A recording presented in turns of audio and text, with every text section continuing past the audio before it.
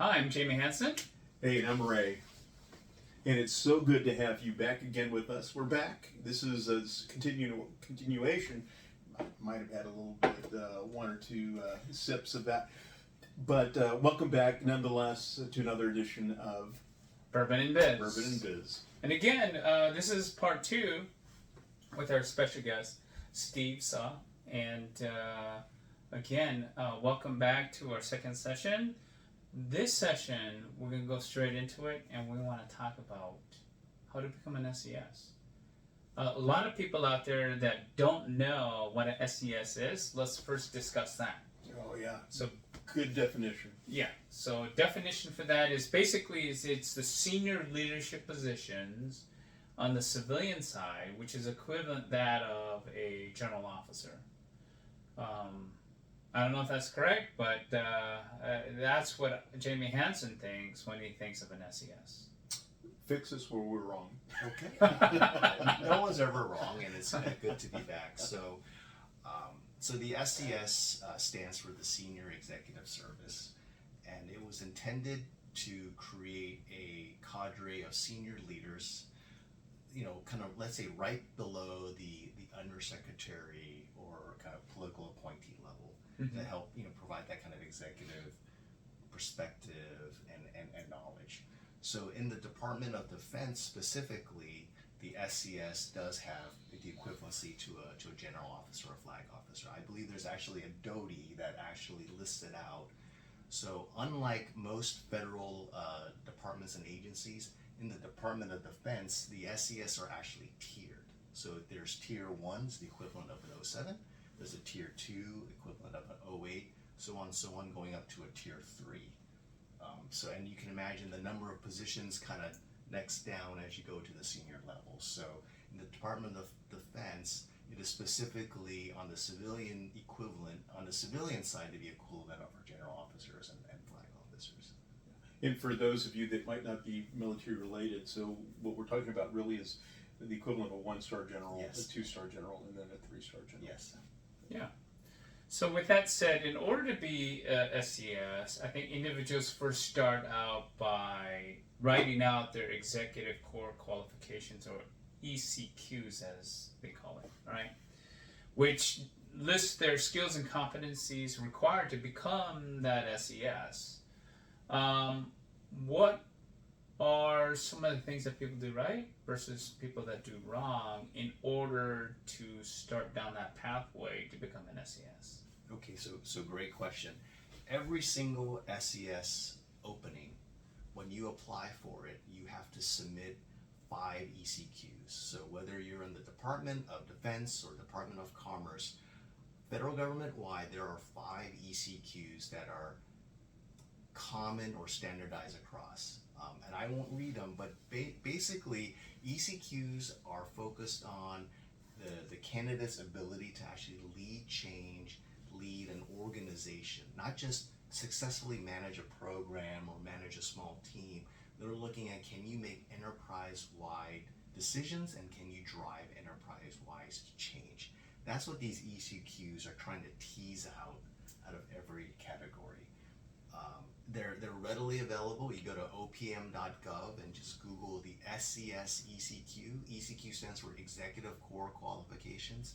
They'll be there. Or if you Google it, I'm sure there's numerous sites that will list them. So first stop out of the bag is if you are interested in an SES position, really familiarize yourself with those ECQs, because that's what you're going to be measured by. So in order to be qualified then for the job, I'm guessing that individuals have to have demonstrated leadership. They have to go out there and take the hard jobs. And as a minimum qualification, they have to be a GS 14 or 15 in order to be able to jump to the next step if they're a civilian. Is that correct? Or? So I think a lot of people might be surprised. You don't have to have been a 15 for a certain number of years to become an SES. I think anyone can apply for an SES as long as they feel like they have work experiences that meet their ECQs. And just one step further on the ECQs. So ECQs is not It's not a form you fill out. Your 5 ECQs are actually short essays. That can be a maximum of 2 pages or 1 page front and back. And each ECQ has a specific topic. The ability to drive change, the ability to deliver results, build coalitions, and manage people. And so this application, if you're not familiar with it, it's almost like a college application. You're writing 5 supplemental essays where you have to, in writing, demonstrate your ability to lead, drive change, be innovative, so on and so forth. Yeah, that's great to know, because again, a lot of people think, well, I can't do that. I have to follow these specific parameters and I have to do those things. Reality is, folks, if you're one of those individuals that's self-motivated and go out there and do the hard work and take those jobs where you're affecting that change, and like you said, building coalitions, you could be retiring out of the military as a lieutenant colonel and have those skill sets ready to go and then apply. I've seen that happen. You agree that it's quite possible? I agree. I don't think you have to have been in a certain position to be eligible to be an SES. Again, just as an aside, when you apply for an SES position, there's actually 2 parts to it. Everyone talks about the ECQs, which is, let's say, the soft skills, how to lead. But each job will have what they call MTQs, mandatory technical qualifications. In that, depending on what job you're applying for, you will have to, again, in writing, demonstrate, if it's an engineering job, that yes, I know project management, I'm familiar with the different disciplines. So a lot of attention is paid to ECQs, which is important, but don't forget the MTQs. You have to have the basic competency. Sure. Is there any practical advice that you would give in writing some of these essays? I'll give you an example to kind of elaborate a bit. One of the techniques I learned in college was PAR, right? So write the problem, write the action, and then the results. Would that be a good kind of format or way to think about writing these essays, or would you recommend another approach? Right. So great question, and you're close. And this is actually in the OPM guideline. And let me get a little more context. When you apply for an SES job, you will write your ECQs, and what happens is your ECQs actually are then sent to OPM to be certified. And if you are not certified by OPM, unfortunately, you cannot be hired into that job. So that's why everyone places so much attention on the ECQs. The selecting entity doesn't approve them, it's actually OPM.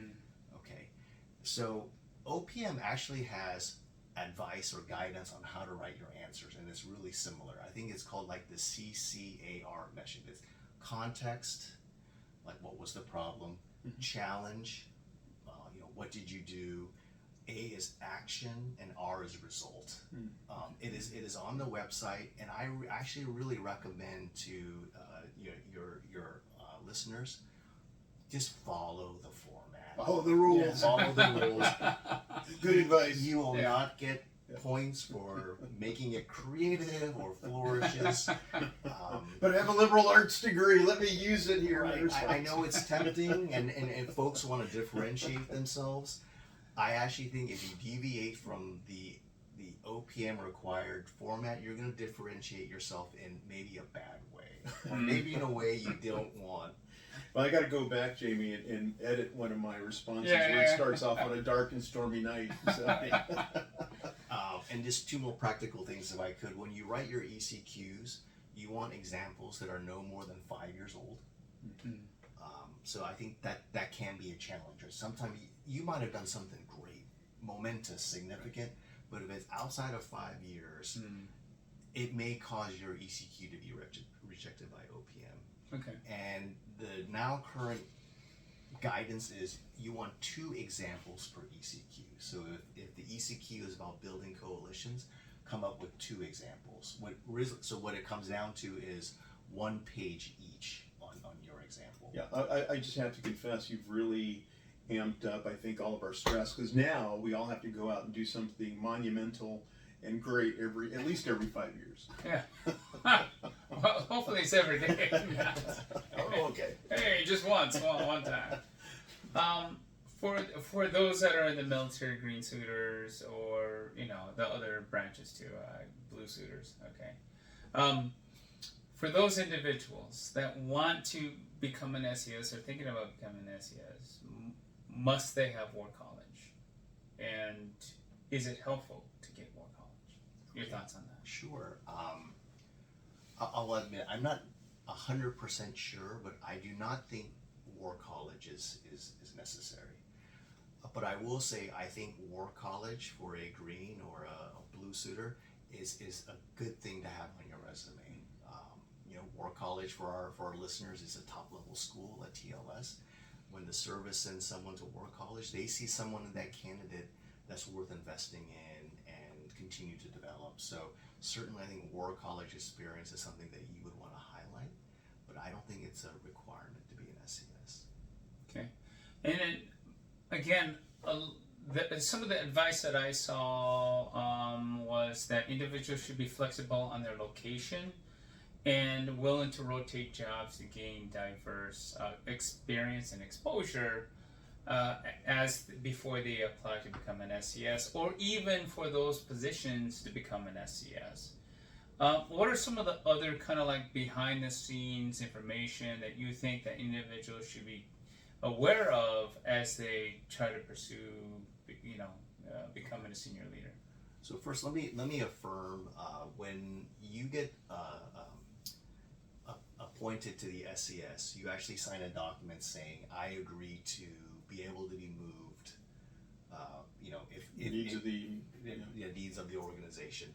The intent was, again, when the SES Corps was created, it was to create a government-wide cadre of experts that would be able to kind of seamlessly move around and lend their expertise to an entity that needed it. Now, I don't think all agencies do that as regularly or systematically as written, and even when the department, it's a little uneven. I do know that the Army does move around its SESs pretty frequently. I know someone who was down here, and then she was told, we need you up in Brooklyn to be National Guard, and she was PCS'd over. So it does happen, but certainly not with the regularity and kind of the systematicness it does on the military side. If I can just kind of piggyback off of that, and let's say there's a 12 or 13 that's watching this, taking OCONUS assignments, moving around. Thoughts on how that might help? Does it help?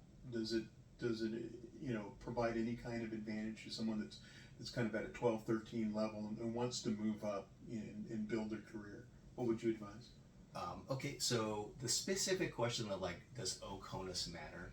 I don't think it really does. I think what really matters is actually what you're doing. What's the job assignment, and of course when you get there, how well you do your job. Jamie, you kind of asked what are some of the stuff that isn't written about SCSs, and I would say what I've noticed is a lot of organizations have a certain phenotype, as you will, or the type of person they want to hire to be an SES. I know in OSD, it's they're looking for a certain amount of years. They're looking for a certain